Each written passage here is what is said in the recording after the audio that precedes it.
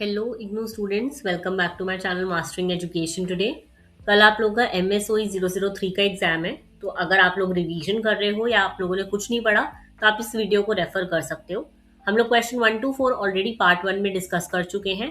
अभी हम क्वेश्चन 5 से स्टार्ट करेंगे और जितने मैक्सिमम क्वेश्चंस में कवर कर पाऊंगी आई डू दैट। ओके, बिना किसी टाइम वेस्ट करे स्टार्ट करते हैं क्वेश्चन नंबर 5 से। क्वेश्चन नंबर 5 आपसे पूछ रहे हैं Geertz interpretive approach to the understanding of religion, या फिर आपको क्वेश्चन ऐसे भी आ सकता है religion is system of symbol discuss. देखो, क्लिफर्ड गीट्स जो है ना रिलीजन को समझने के लिए एक अलग अप्रोच लेकर आए थे जिसे हम इंटरप्रिटेटिव अप्रोच कहते हैं। हमने फंक्शनल अप्रोच देखी, हमने कार्ल मार्क्स की अप्रोच देखी, मैक्स वेबर की देखी, अब हम क्लिफर्ड गीट्स की देख रहे हैं। ठीक है, इनके अकॉर्डिंग रिलीजन को सिर्फ रिचुअल्स या बिलीफ के थ्रू नहीं समझा जा सकता। जो हम चीजें फॉलो करते हैं उनके थ्रू हम नहीं समझ सकते। रिलीजन एक्चुअली एक सिस्टम ऑफ सिंबल है। अब ये सिंबल क्या होते हैं? देखो, सिंबल वो चीजें होती हैं जो किसी डीपर मीनिंग को रिप्रेजेंट करती हैं। हर रिलीजन का अपना एक सिंबल है, राइट? आपको इसकी बुक का नाम पता होना चाहिए जिनमें इन्होंने ये कहा था। बुक का नाम है द इंटरप्रिटेशन ऑफ कल्चर्स 1973। इसी में इन्होंने इंटरप्रिटेटिव अप्रोच के बारे में बात कहा था। ठीक है, और ये बहुत फेमस डेफिनेशन दी हुई है रिलीजन की। अगर आप इसको लर्न कर सकते हो तो वेल एंड गुड, नहीं कर सकते तो भी कोई दिक्कत नहीं है, थोड़ी बहुत याद रखो। ओके, अब हम देखते हैं कि क्या होते हैं ये सिंबल्स वगैरह, क्या बोला है। देखो, क्रिश्चियनिटी में क्रॉस होता है, हिंदुइज्म में ओम होता है, और ऐसे ही इस्लाम में हाफ मून होता है ना। ये सिंबल्स जो है लोगों को बताते हैं कि दुनिया को कैसे समझना और कैसे जीना है। जैसे कि आप देखो, religion creates mood and motivation. आप गीट्स के अकॉर्डिंग ना, रिलीजन सिर्फ नॉलेज नहीं देता, हमें ये नहीं बताता कि क्या करना है, क्या सही है, क्या गलत है, कैसे रिचुअल फॉलो करने हैं। रिलीजन हमारे अंदर इमोशंस भी क्रिएट करता है। जब हमें कोई होप नहीं दिख रहा होता तो हम भगवान के पास जाते हैं, या फिर अपनी जो भी रिलीजियस गॉडेस है, गॉड है, उनके पास जाते हैं। तो हमें एक तरह होप वाला जो एक मोटिवेशन है वो रिलीजन से मिलता है। डिवोशन, फेथ, ये सब जो है जितने बड़े बड़े इमोशंस हैं ये हम सब कैसे फॉलो कर पाते हैं? रिलीजन की वजह से। रिस्पेक्ट, फियर, ये इमोशंस लोगों के बिहेवियर को इन्फ्लुएंस भी करते हैं। कहते हैं ना कि जब कोई गलत काम करता है तो हम उसे कहते हैं ना भगवान से डरो, तो वही सेम चीज। ओके, इसकी बात वर्ल्ड व्यू और एथोस में भी करी गई है।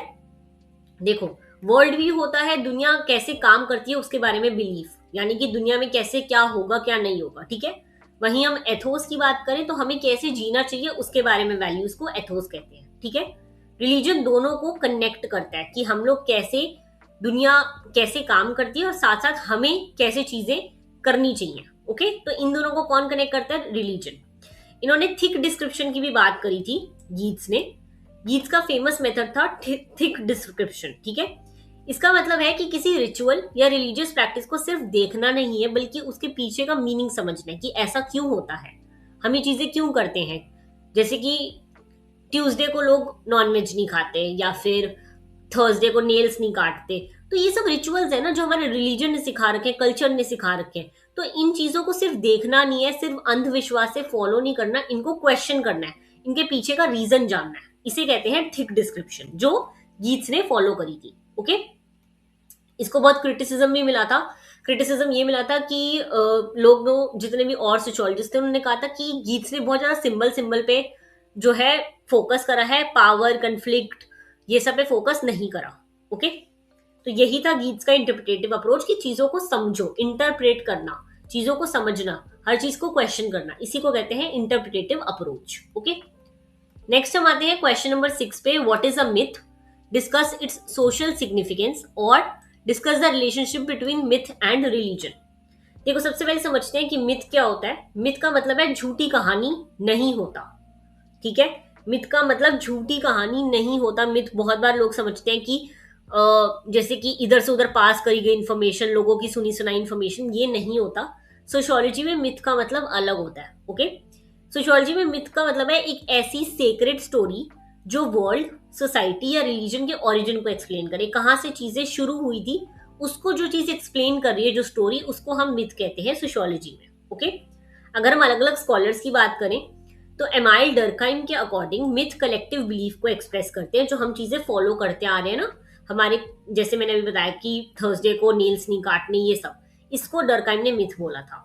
वहीं अगर हम मैलिनोस्की की बात करें तो मिथ सोशल इंस्टीट्यूशन को जस्टिफाई करते हैं। उन्होंने मिथ को क्या सोशल चार्टर कहा था, यानी कि जो हम चीजें सोसाइटी में करते हैं उसको जस्टिफाई करने के लिए हम स्टोरियां बना देते हैं, उसी को मिथ कहा था। ओके, अगर हम लेवी स्ट्रॉस की बात करें, वेरी इंपॉर्टेंट, इनके अकॉर्डिंग मिथ ह्यूमन थिंकिंग को ऑर्गेनाइज करते हैं, यानी कि हम कैसे सोचते हैं, कैसे चीजें सोसाइटी में करते हैं, उस सबको ये मिथ जो है जस्टिफाई करते हैं एक तरह। ठीक है, अगर हम फीचर्स देखें मिथ के तो इनका सेक्रेड नेचर होता है, यानी कि प्योर होते हैं, ये गॉड या फिर सुपर नेचुरल से रिलेटेड होते हैं, कम्युनिटी के द्वारा शेयर करे जाते हैं और हमारे बिहेवियर को जो है गाइड करते हैं। ओके, अगर हम इसको रिलेशनशिप देखें मिथ और रिलीजन का, तो मिथ और रिलीजन एक दूसरे से काफी ज्यादा क्लोजली कनेक्टेड है, क्योंकि मिथ क्या होती है, स्टोरीज, ऐसी स्टोरीज जो रिलीजन से रिलेटेड होती हैं। तो रिलीजन में क्या होता है, हम चीजें करते हैं, मिथ उन स्टोरीज को बताता है। ठीक है, रिचुअल्स वगैरह जो है वो मिथ के थ्रू ही होते हैं। ऑलराइट, अब अगर हम इसका सोशल इंपॉर्टेंस देखें, यानी कि हमारी सोसाइटी में इंपॉर्टेंस देखें मिथ का, तो सोशल यूनिटी क्रिएट करता है, वैल्यूज को ट्रांसफर करता है, इंस्टीट्यूशन, मैरिज, रिलीजन, एजुकेशन, इस सबको जस्टिफाई करता है, हमारे अंदर एंग्जाइटी को रिड्यूस करता है। हमें कभी किसी चीज की टेंशन होती है तो हम कहते हैं ना कि अच्छा चलो मंदिर हो आते हैं या फिर भगवान के आगे पूजा कर लेते हैं, तो ये सब कुछ जस्टिफाई करता है, हमारे को हेल्प करता है एंग्जाइटी से दूर रहने में, साथ ही साथ हमारी एक आइडेंटिटी रिप्रेजेंट करता है। ओके, मिथ पे क्वेश्चन आता है काफी बार, तो इसको अच्छे से पढ़ना है।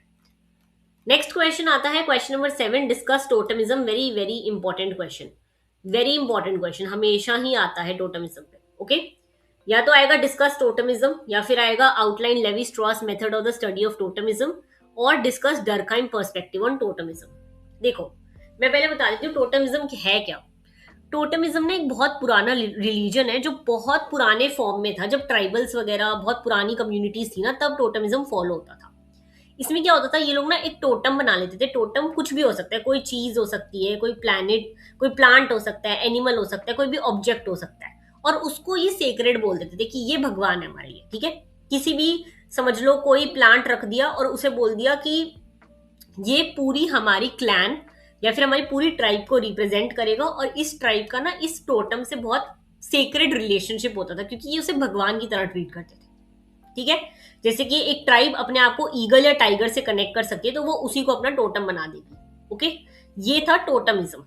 ऑलराइट, अगर अब हम डर्कहाइम का व्यू देखें टोटमिज्म पे, तो डर्कहाइम टोटमिज्म को रिलीजन का सबसे सिंपल फॉर्म माना था, सबसे पुराना और सबसे सिंपल फॉर्म। ठीक है, उन्होंने कहा था टोटम दो चीजों का सिंबल है, एक तो गॉड का सिंबल है, भगवान मानते हैं, और पूरे क्लैन को भी रिप्रेजेंट करता है वो। ठीक है, इसलिए जब लोग टोटम की वर्शिप करते हैं तो वो अपनी ही सोसाइटी की वर्शिप कर रहे होते हैं, जो हमने फंक्शनलिस्ट अप्रोच में डर्कहाइम के थ्रू देखा था। ऑलराइट, सेक्रेड एंड प्रोफेन की हमने बात करी थी, डर्कहाइम ने यहाँ भी सेक्रेड और प्रोफेन का कॉन्सेप्ट यूज किया और टोटम को सेक्रेड बोला। सेक्रेड वो होती है जो प्योर चीजें होती हैं, और प्रोफेन होती है जो नॉर्मल होती हैं। ओके, कलेक्टिव रिचुअल्स की बात करी गई है इसमें। रिचुअल्स लोगों को एक साथ लाते हैं और सोशल सॉलिडारिटी इंक्लूज करते हैं। वहीं अगर हम लेवी स्ट्रॉस की बात करें, ठीक है, लेवी स्ट्रॉस का क्या ओपिनियन था टोटमिज्म को लेकर, तो लेवी स्ट्रॉस डर्कहाइम से अग्री नहीं करते थे। उनके अकॉर्डिंग टोटमिज्म रिलीजन से ज्यादा क्लासिफिकेशन सिस्टम था, अलग अलग लोगों को बांटने का सिस्टम था। ओके, सोसाइटीज एनिमल्स और प्लांट्स का यूज करके सोशल ग्रुप को आइडेंटिफाई करती थी और अलग अलग बांटती थी अपने आप को। ठीक है, तो ये चीज याद रखना कि कैसे टोटमिज्म दोनों के अकॉर्डिंग डिफरेंट था। ऑलराइट, अब हम आते हैं नेक्स्ट क्वेश्चन पे, that is discuss the concept of कूंग among the Nuer of Sudan और discuss the roles of priest and prophets in Nuer religion। Very very important question, Nuer religion पे आता है, इतना ऑफन नहीं आता बट आता है क्वेश्चन। ओके, ये जो है ना Nuer जो है एक ट्राइब थी, साउथ सुदान में रहती थी ये। ठीक है, इनके रिलीजन को जो फेमस एंथ्रोपोलॉजिस्ट हैं जिन्होंने स्टडी करा था, उनका नाम था ई इवांस प्रिचर्ड। ठीक है, इन्होंने ना इस पूरी ट्राइब को स्टडी करा था और अपनी बुक Nuer रिलीजन में बताया था इनके बारे में। ठीक है, अब देखो नुएर में क्या क्या चीजें आ जाती है। सबसे पहले आ जाता है क्वाथ। न्यूएर रिलीजन का एक सेंट्रल कॉन्सेप्ट है। क्वाथ का मतलब होता है कोई भी स्पिरिट या फिर गॉड। ठीक है, और इसमें सबसे इंपॉर्टेंट गॉड जो थे उनका नाम था क्वाथ निहाल, दैट इज स्काई गॉड। ठीक है, साथ ही साथ इसमें कुआंग की बात करी गई है। देखो, कुआंग का मीनिंग है राइटनेस या फिर मॉरल कनेक्टनेस या फिर प्रॉपर बिहेवियर। अगर कोई इंसान सोसाइटी के रूल्स फॉलो करता है और अपनी ड्यूटीज पूरी करता है तो उसके पास कुआंग माना जाता है, यानी कि वो कुआंग है। ओके, साथ ही इसमें डुएर की भी बात करी गई है।